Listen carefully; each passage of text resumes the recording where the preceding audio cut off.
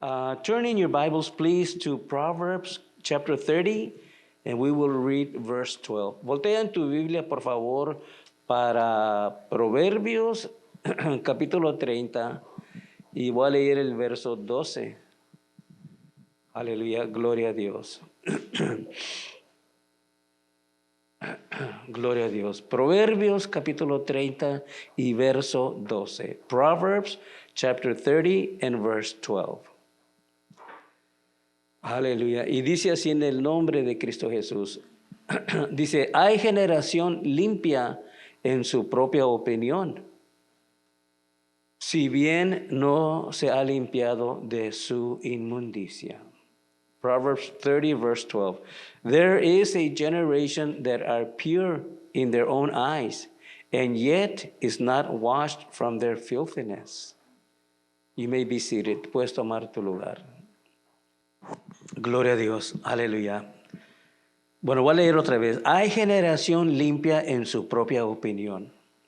Y se entiende y podemos entender que el texto está hablando de gente religiosa, que el texto está hablando de el pueblo de Dios, ¿ok? No está hablando de los que no conocen al Señor. No está hablando de los que no practican ninguna clase de religión. No está hablando de ellos. Porque, ¿qué es el punto? El punto dice, hay generación limpia en su propia opinión. ¿Ok?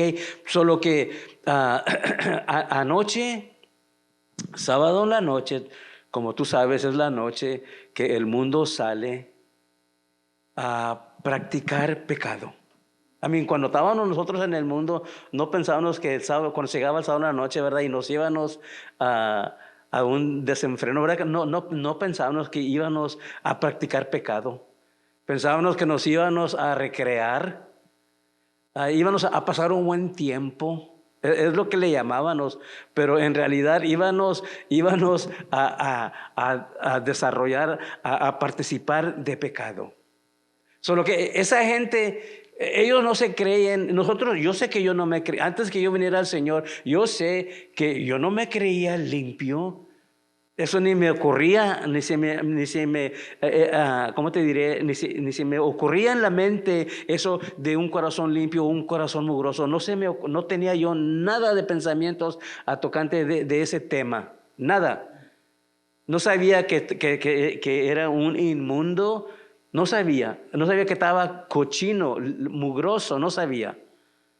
Solo que no está hablando, la Escritura no está hablando de esa gente. La Escritura está hablando de los que somos religiosos o de los que nos llamamos ser cristianos. Dice la Escritura, esa es la generación limpia en su propia opinión. Dice, si bien no se ha limpiado de su inmundicia.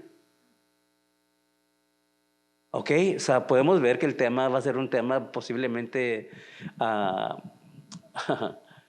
en inglés se dice uncomfortable, no confortable, porque Dios nos está hablando, Dios nos está hablando de nosotros y nos está hablando a nosotros, está hablando de nosotros y nos está hablando a nosotros, y la Escritura está diciendo que somos un pueblo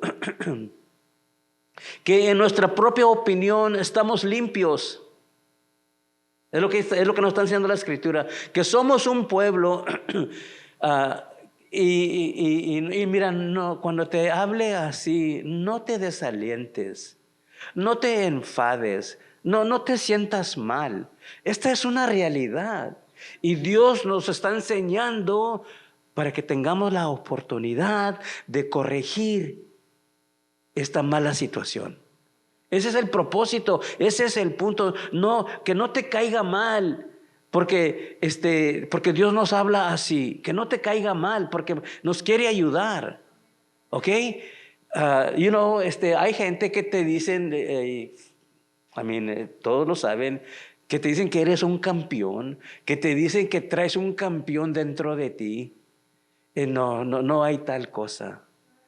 No hay tal cosa. Si acaso te has santificado, el campeón que traes dentro de ti es el Señor.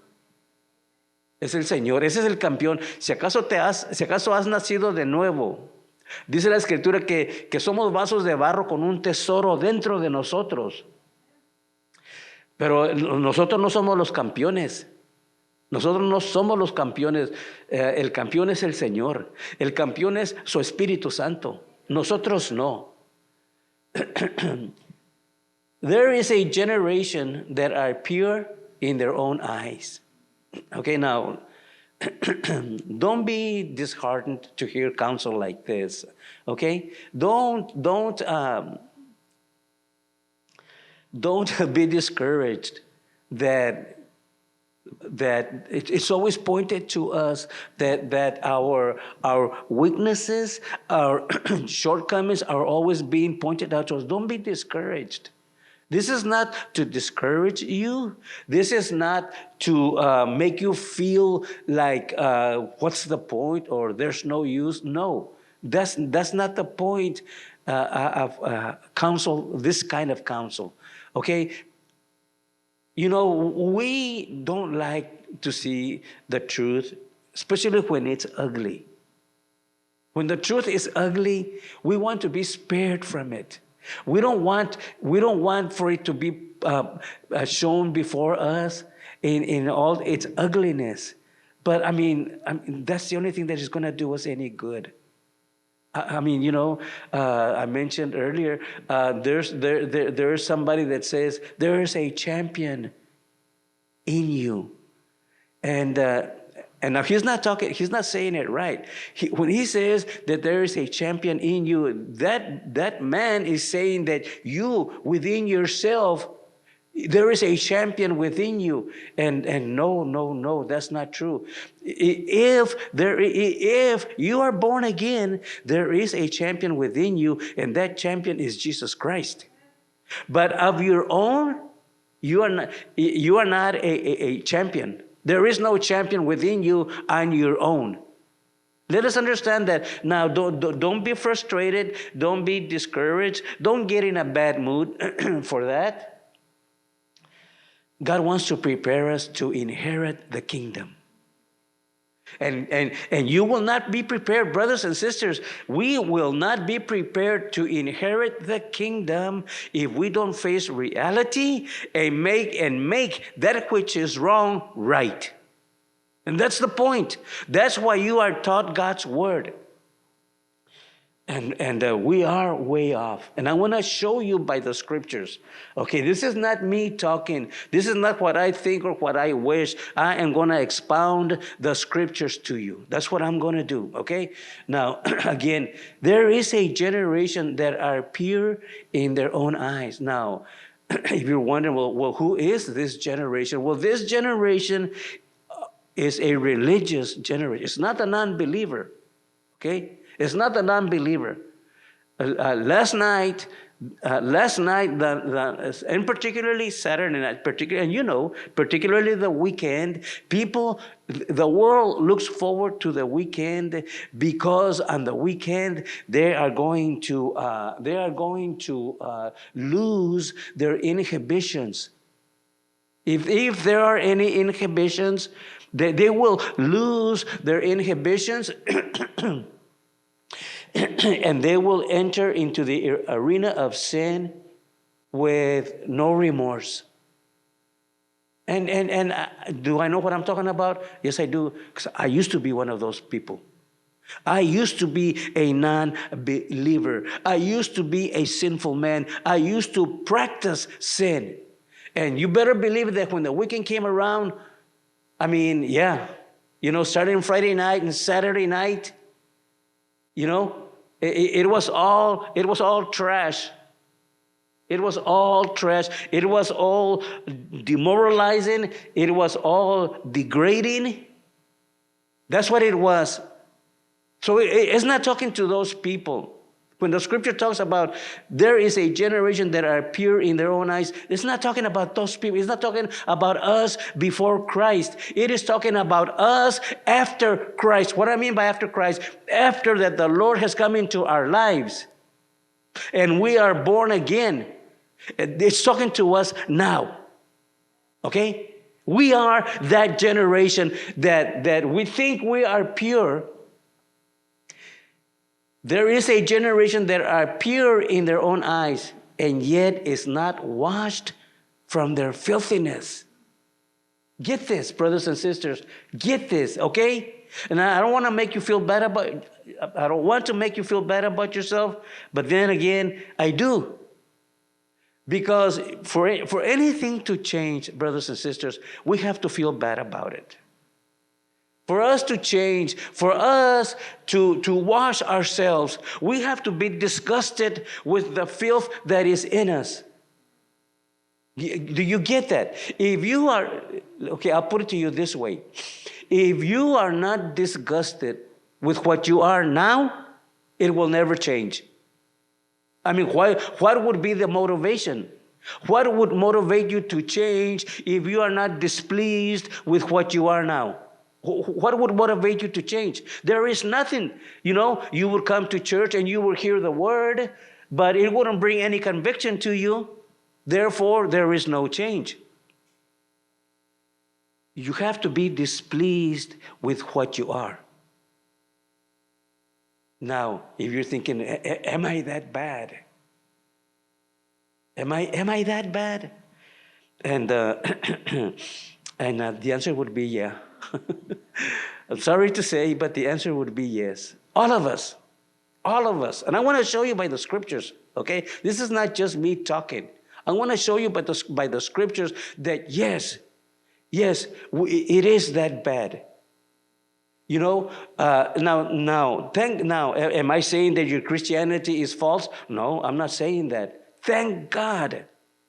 Thank God that one day the Lord came to you by His Holy Spirit and made you realize that you were unacceptable.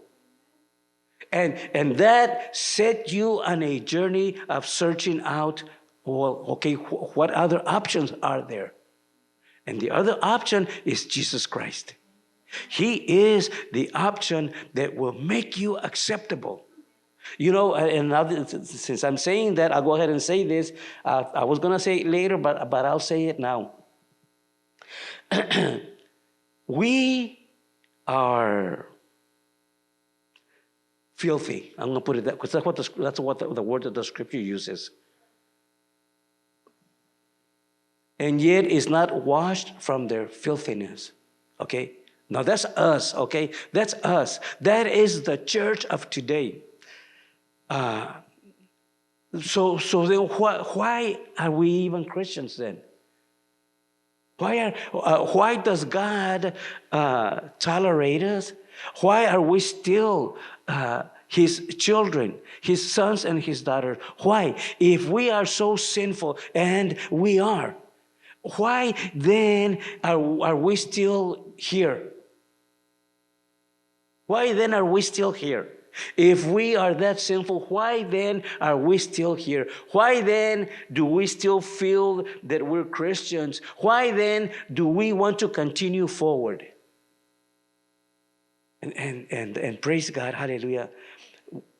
It is because we are not acceptable to Him as we are. We are acceptable to Him because we are in Christ. That's what makes our Christianity real. Is that we're not acceptable on our own merit. Okay? That's not what makes us acceptable. What makes us acceptable unto Him, the reason that He tolerates us is because we are acceptable in Christ. When God doesn't look at us looking for righteousness. Okay? He doesn't look to me. Let me see. God is not up there saying, let me see what good I can find in Jose Ordonez. No, He doesn't do that. Because if He were to do that, He would find no good in Jose Ordonez. But He looks to Christ. He looks to Christ always. He always looks to His Son. And His Son is acceptable. And since I have put my faith in Christ, as have you, that's what makes us acceptable. And that's why we're not destroyed. That's why we're not destroyed. That's why in Psalm 103, verses 5, let me go there real quick. I'm not very far from there. Psalm 103, verse 10. Salmo 103 y verso 10. Lo leer en inglés primero. He hath not dealt with us. Listen to this. He hath not dealt with us after our sins. That's why we're still Christians. That's why we haven't been destroyed. Is there sin in us? Yes. What does the scripture say? So, if you want to go there, Psalm 103, and I'm reading verse 10. He hath not dealt with us after our sins. So the scripture is showing us, yes, there is sin in your life. There is sin in your life. And sin is detrimental to the Christian, to anybody. Why? Well, because the scripture says that the wages of sin is death. Okay? What do you mean? What do you mean, brother, when the scripture says that the wages of sin is death? It's not a physical death. It's a spiritual death. And that's worse. That is what the scriptures calls the second death. And that is the worst death there is, because what the second death means, what spiritual death means, is separation from God. Now, while we are alive, there is hope. But once we experience the physical death, then, let me see, how am I going to add? Then the second death means that we will forever be separated from God. What is that? What does that mean? That means hell. That's what that means. So, is there sin in us? Yes, there is.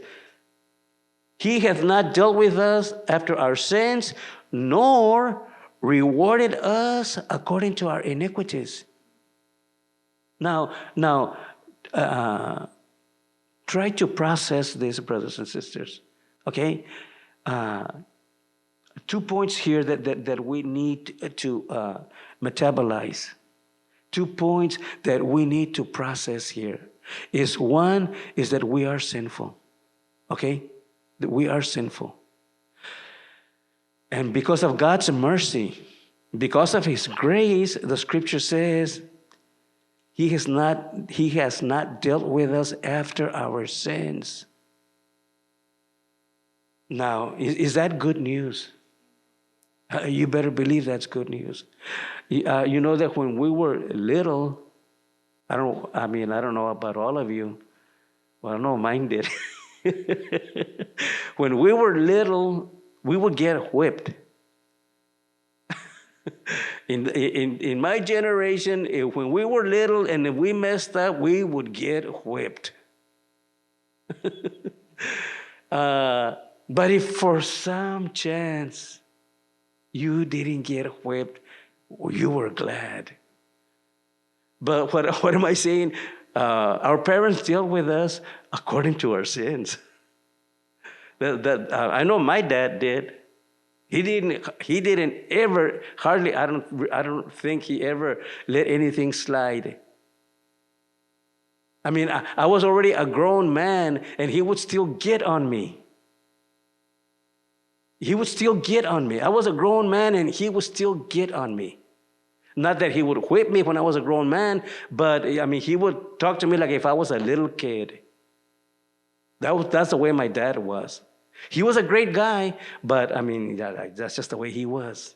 He didn't want for his boys to be like that. I mean, impolite or whatever, drunks or whatever. But God, hallelujah, according to this scripture, there's sin in our lives. But he is not dealing with us according to those sins. Now, I hope that you value this. I mean, this is something wonderful. That he is not dealing with us according to our sins. Because if he did, see, sin, brothers and sisters, you can look at it in two ways. One is sin is a sickness. It's a spiritual sickness. It's a spiritual disease. I mean, we don't look at it like that. We don't look at it like that, but that's what it is. That's one way you can look at it, is that sin is a disease. It is a sickness. Another way that you can look at it is sin is a crime. Sin is a crime. And I know we don't look at it like that, but it is. In what sense does God see it as a crime? We break the law. We break God's law. We break the law of Moses. So when we do, what do you call here in the world? What do you call it when you break the law? You call it a crime, don't you? That's what it's called. If we break the law, now I know that there's misdemeanors and so on and so forth, and I know that we don't look at a misdemeanor as a crime, but technically it is, because it's transgressing. It is breaking the law, so it is a crime. Well, sin is a crime as well. But we haven't been taught to look at it like that. We haven't been taught to look at it as a sickness. We haven't been taught to look at it as a crime. How do we look at it? We look at it as an oops. That's oops. That's how we look at sin. Oops, sorry. That's how we look at sin. But that's not how God looks at sin. See, we tolerate sin. We tolerate it. Sin to us is not offensive. Sin to us is not shameful. Sin to us is, well, you know what? That's the way it is. It is what it is. That's the way it is. That's how we look at it. We are so far, and as long as we are like that, as long as that's our mentality, we will never try to clean ourselves up. When you have a physical ailment, you want to get well, don't you? Yeah, you want to get well. You go see the doctor, or if you know that they sell something over the counter, you'll go and buy that because you want to make yourself well. You want to feel well. But see, that's a physical ailment. But a spiritual ailment, we don't bother with it. We let it go. It's okay. We let it go. We tolerate it. It's not an illness. We're not trained. We're not used to looking at it as an illness. And like I said, you can look at it as an illness, or you can look at it as a crime. But they're both bad.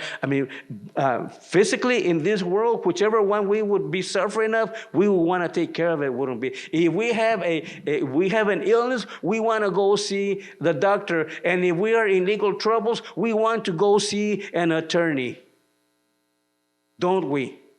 We don't leave it alone, right? The sin that is in us, we leave it alone. We don't go see many of us don't even want to pray for the Lord to deliver us, for the Lord to heal us.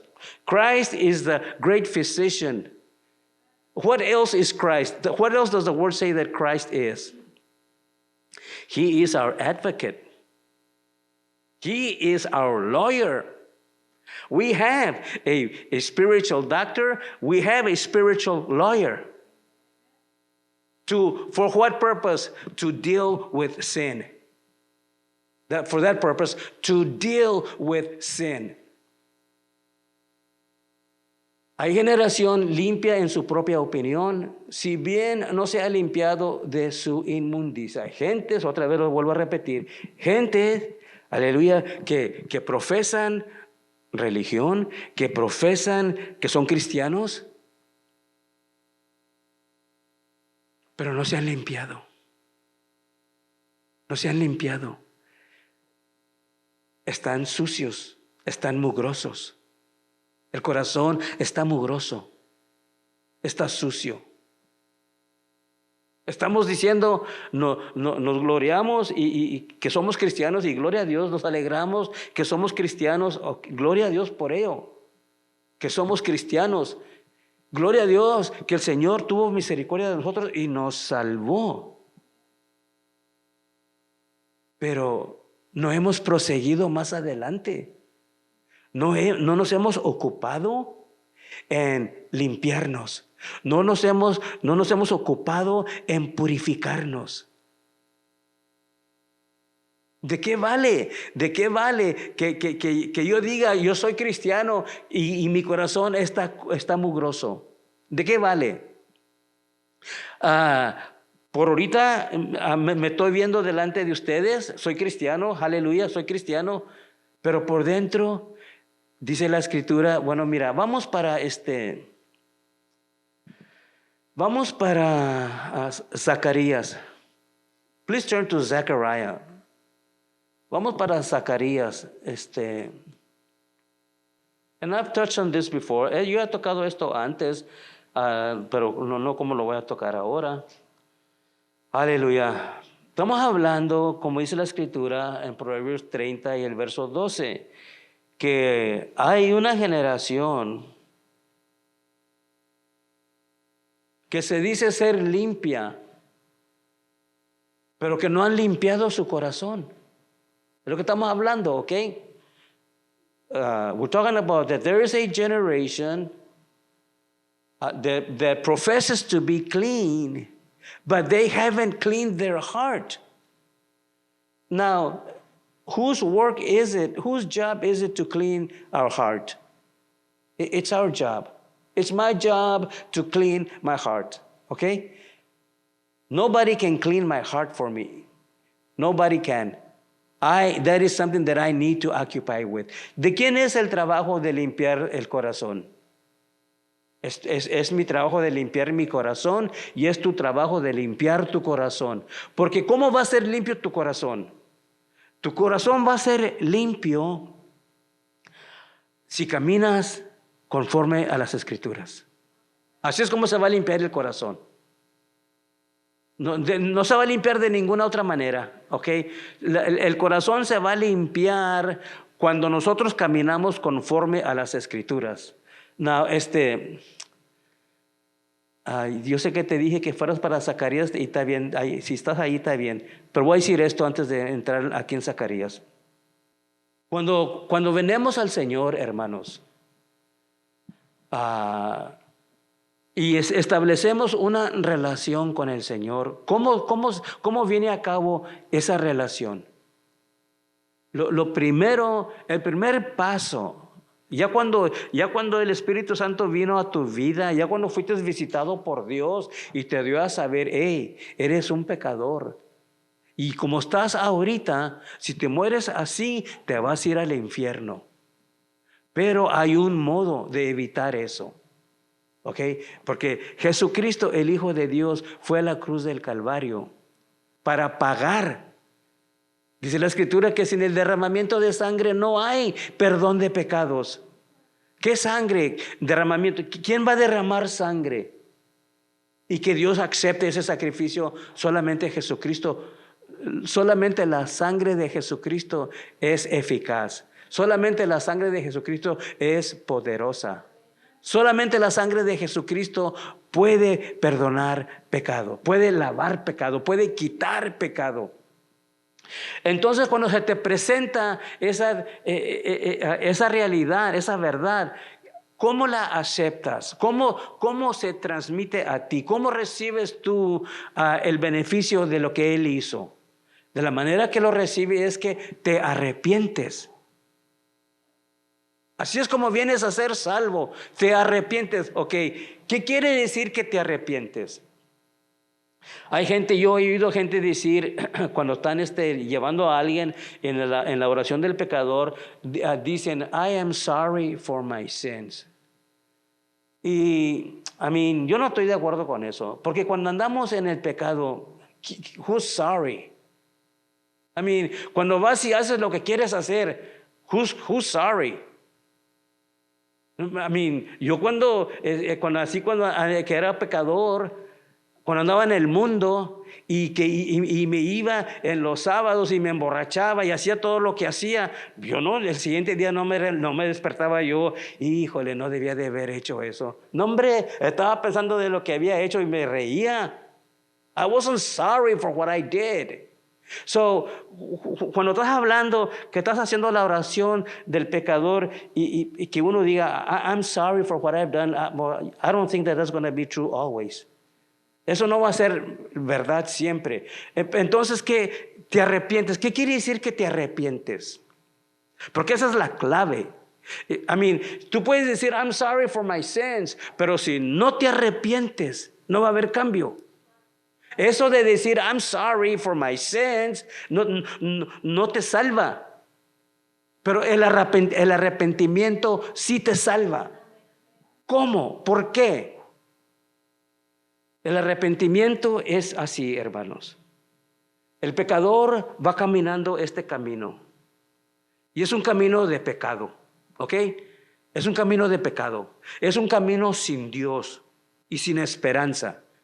Así camina el pecador. Entonces, cuando el pecador se arrepiente, ¿qué quiere decir que se arrepiente?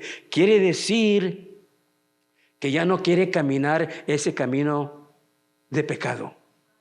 Ya no quiere caminar ese. En otras palabras, hay un cambio de mente. El arrepentimiento es un cambio de mente. Ya no quiero caminar así.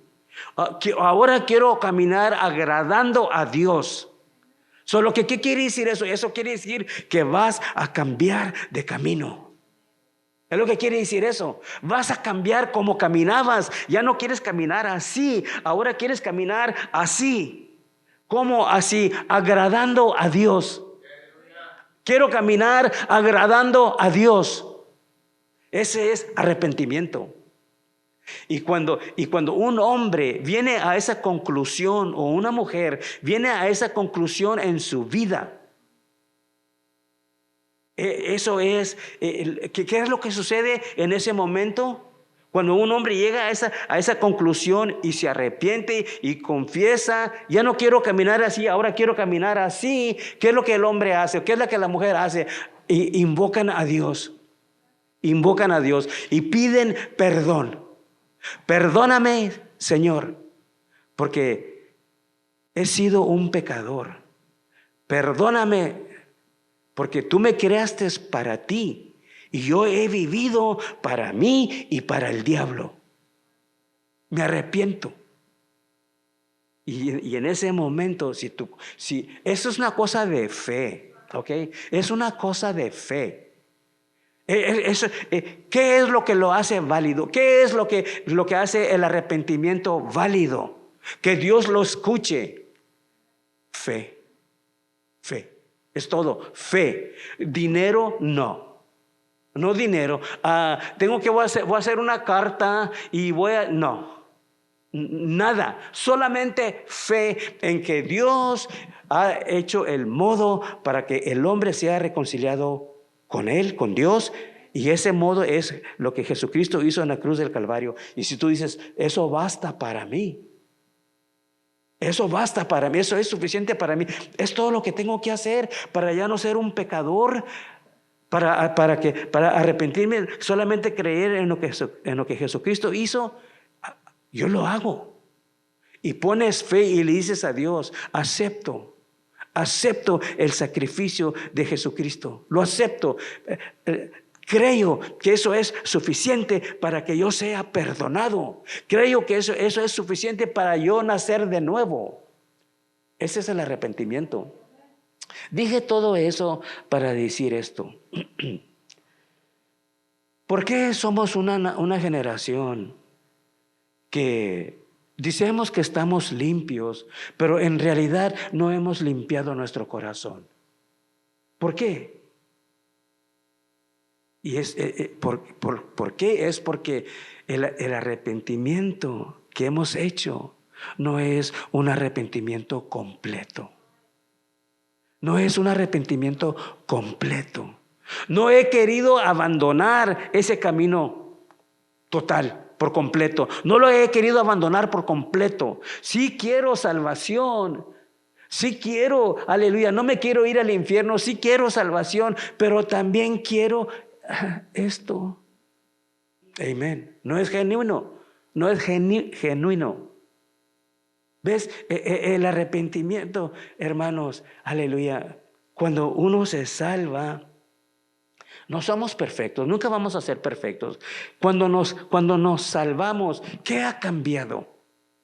Cuando primero nos salvamos, ¿qué ha cambiado? Lo único, pero es lo principal, lo único que ha cambiado es nuestro estado delante de Dios.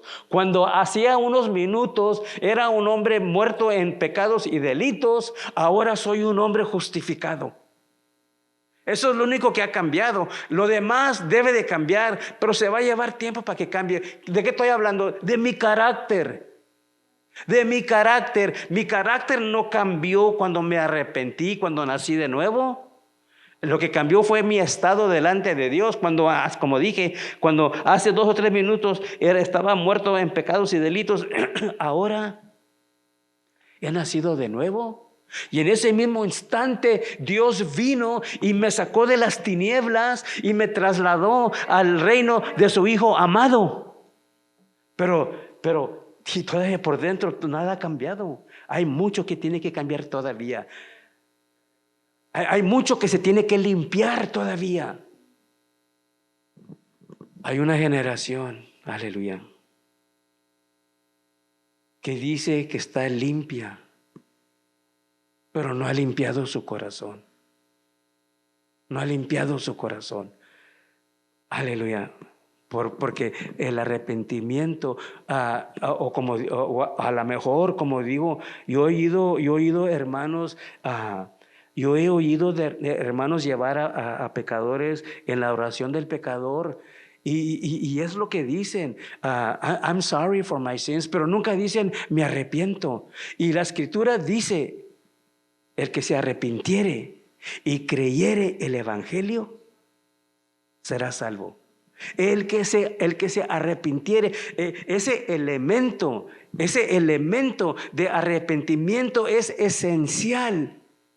Es esencial. No puedes decir I'm sorry for my sins, forgive me, pero no arrepentirte. No es suficiente decir dispénsame por mis pecados y perdóname. Pero si la Escritura dice que el que se arrepintiere y creyere será salvo, entonces yo y tú así tenemos que enseñar, así tenemos que decir. Cuando queremos hacer paz con Dios, cuando queremos reconciliarnos con Dios, el arrepentimiento es esencial. Se tiene que mencionar, tienes que confesar.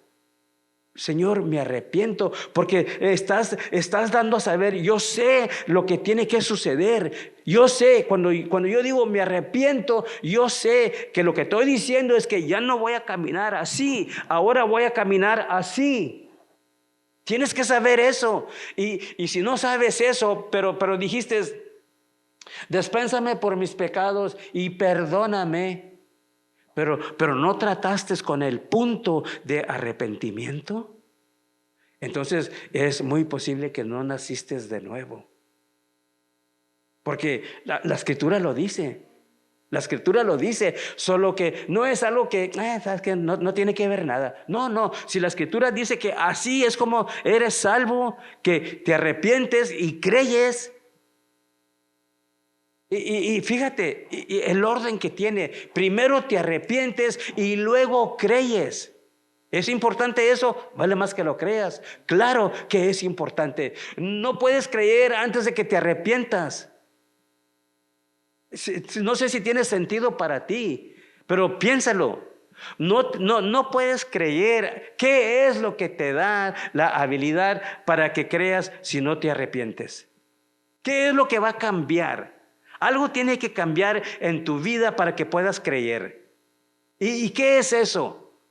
Si no es el arrepentimiento. Es algo que es necesario. Es algo que es necesario. Speaking of, I mentioned that People are not cleansed because many times, I'm not going to say that every single time, but many times people are not cleansed because their repentance is incomplete. See, repentance, brothers and sisters, is an essential element when it comes to being born again. You have to repent.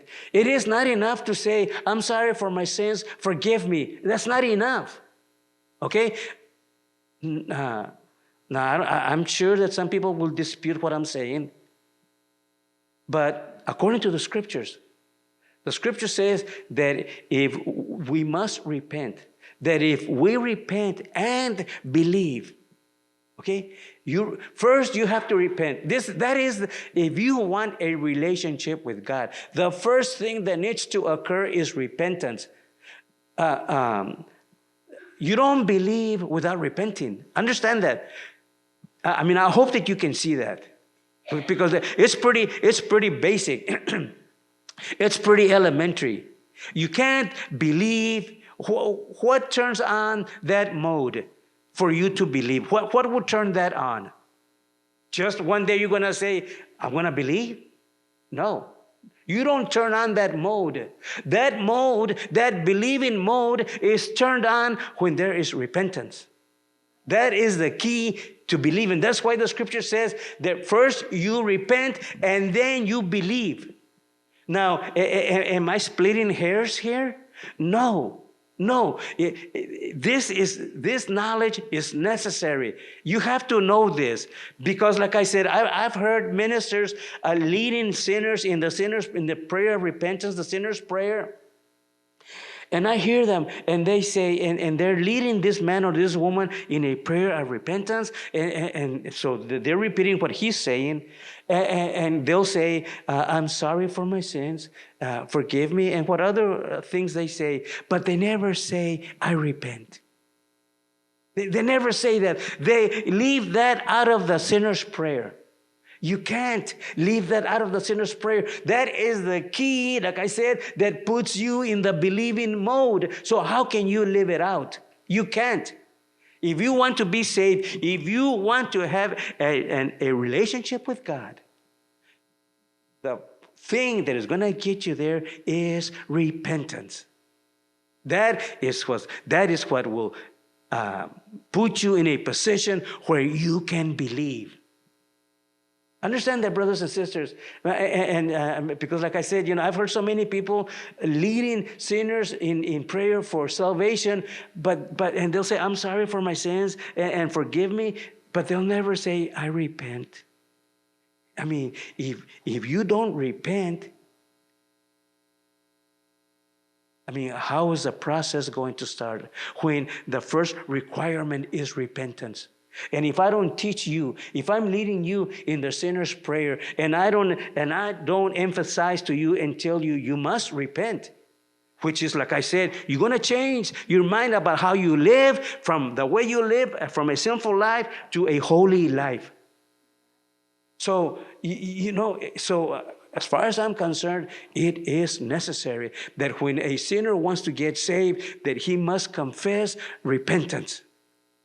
Repentance. And why did I say all this? Because I was saying that that people lack, and like our sister said, the repentance is not sincere.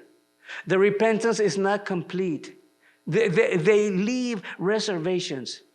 They'll go through the motions and they'll repent, but all the time, knowingly, there are things that I'm not ready to abandon.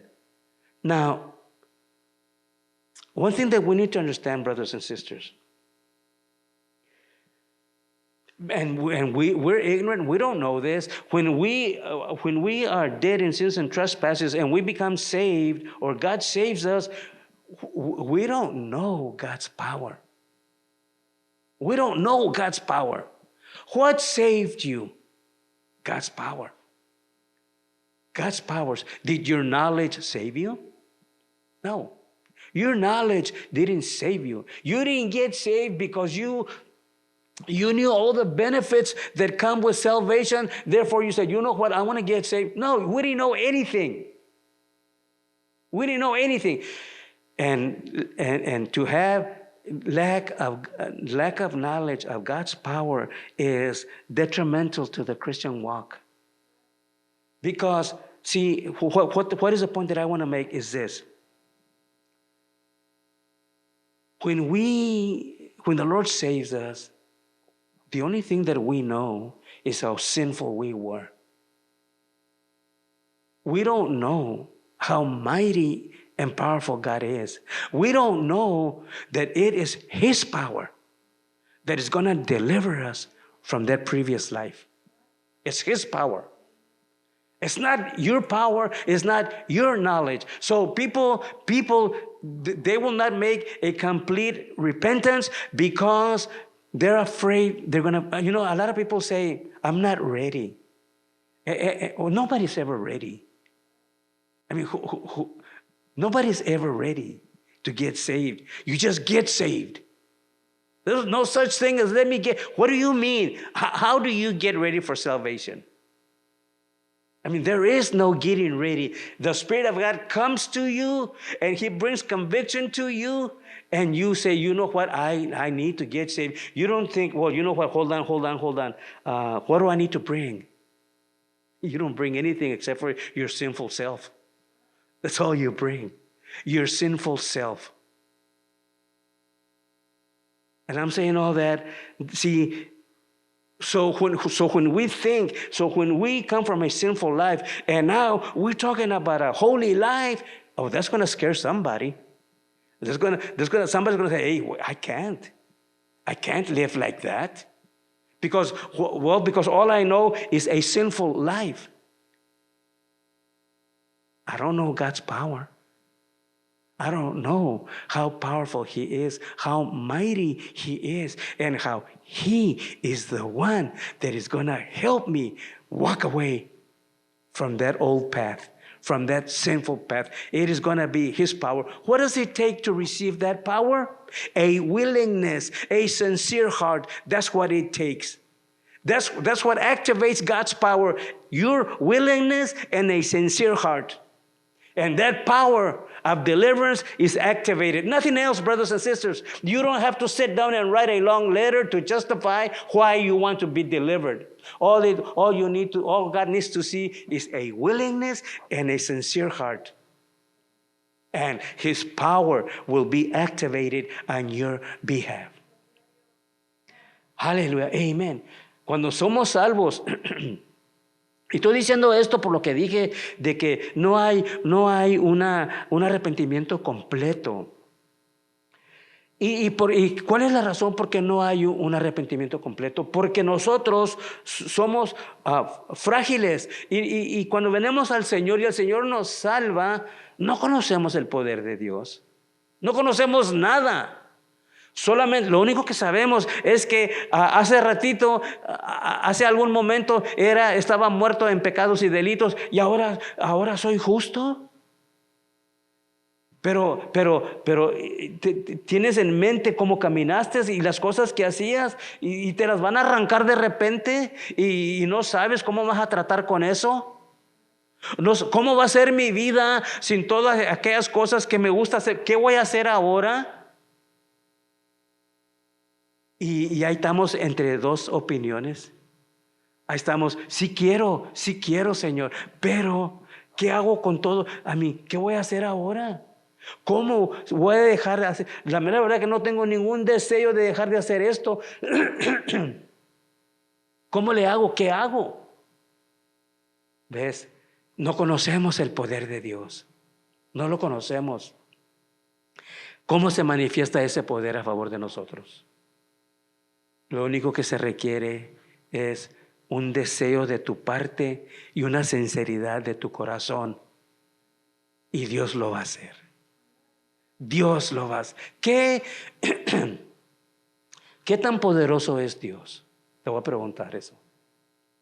¿Qué tan poderoso? How powerful is God? Does anybody know how mighty and how powerful God is?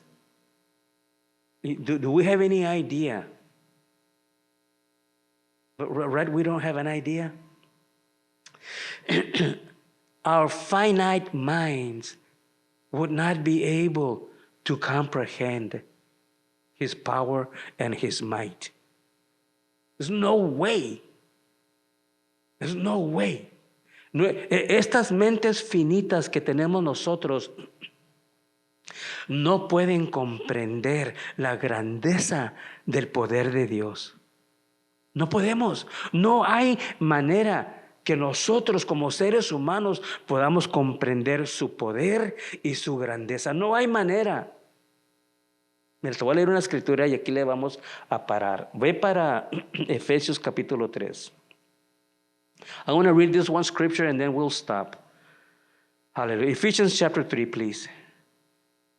Dice Efesios capítulo 3 y el verso 20. Ephesians chapter 3 and verse 20. Esto es todo lo que sabemos, ¿ok?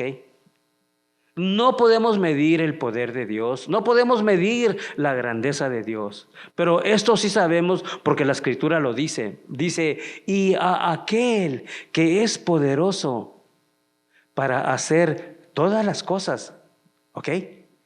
Cualquier petición que tú tengas, todas las cosas, mucho más abundantemente de lo que pedimos o entendemos, según el poder que actúa en nosotros. No, esta porción aquí, según el poder que actúa en nosotros, eso no quiere decir qué tan poderoso eres tú. El poder que actúa en nosotros es el poder de Dios. Ese es el poder que actúa en nosotros, ¿ok? Y lo digo porque yo en un tiempo creía, ay, chispas, pues aquí no hay poder aquí. Solo que entonces me amolé. No es hablando humanamente, poder mío. El poder que actúa en mí es el poder de Dios. Lo voy a leer otra vez. Dice, y a aquel que es poderoso para hacer todas las cosas, en otras palabras, lo que tú le pidas. No le hace lo que tú le puedas pedir, lo que tú le quieras pedir. Y esto es cierto para cada ser humano que ha vivido sobre la faz de la tierra desde el principio hasta el fin. Cualquier petición que se haya hecho a Dios, Él es poderoso para hacer mucho más abundantemente de lo que pedimos o pensamos. Ephesians 3:20. Hallelujah. Now unto him that is able to do exceeding abundantly above all that we ask or think. Now listen to this, brothers and sisters, because the scripture is talking about when we pray to God, when we present a petition before God, we are not to think that he is going to struggle to do it for us. We're not going to think, we shouldn't think that does he have the resources to answer this request for me? We're not to think that. Well, why? Well, because the scripture says, now unto him that is able to do exceeding abundantly above all that we ask or think. Now, let me show you just here a little illustration. This is the peak of where you can ask. Right here. This is where you peak out. I can't put any more earnest into this prayer, Lord. This is it. I have emptied myself right here, and this is where I peaked out. And the scripture says that he can do abundantly, exceedingly above what we ask. He does. If you and I can only plead and ask to hear and then we're wasted, he can still give you more. You haven't asked for everything. There's still more. You can't even ask. There is not enough ask in you to get everything that he's got. Does that make sense to you? You and I don't have enough in us We don't have enough ask in us to get everything He's got. We can't even go that far. That's good news. That's good news. Now unto Him that is able to do exceeding abundantly above all that we ask or think. Or think. You know, we think this far and that's it. We fizzle out. We have a power drain. And there's so much more still. There is so much more. Y a aquel que es poderoso para hacer todas las cosas mucho más abundantemente de lo que pedimos o entendemos, según el poder que actúa en nosotros. Aleluya. Gloria a Dios. Ponte en pie, por favor.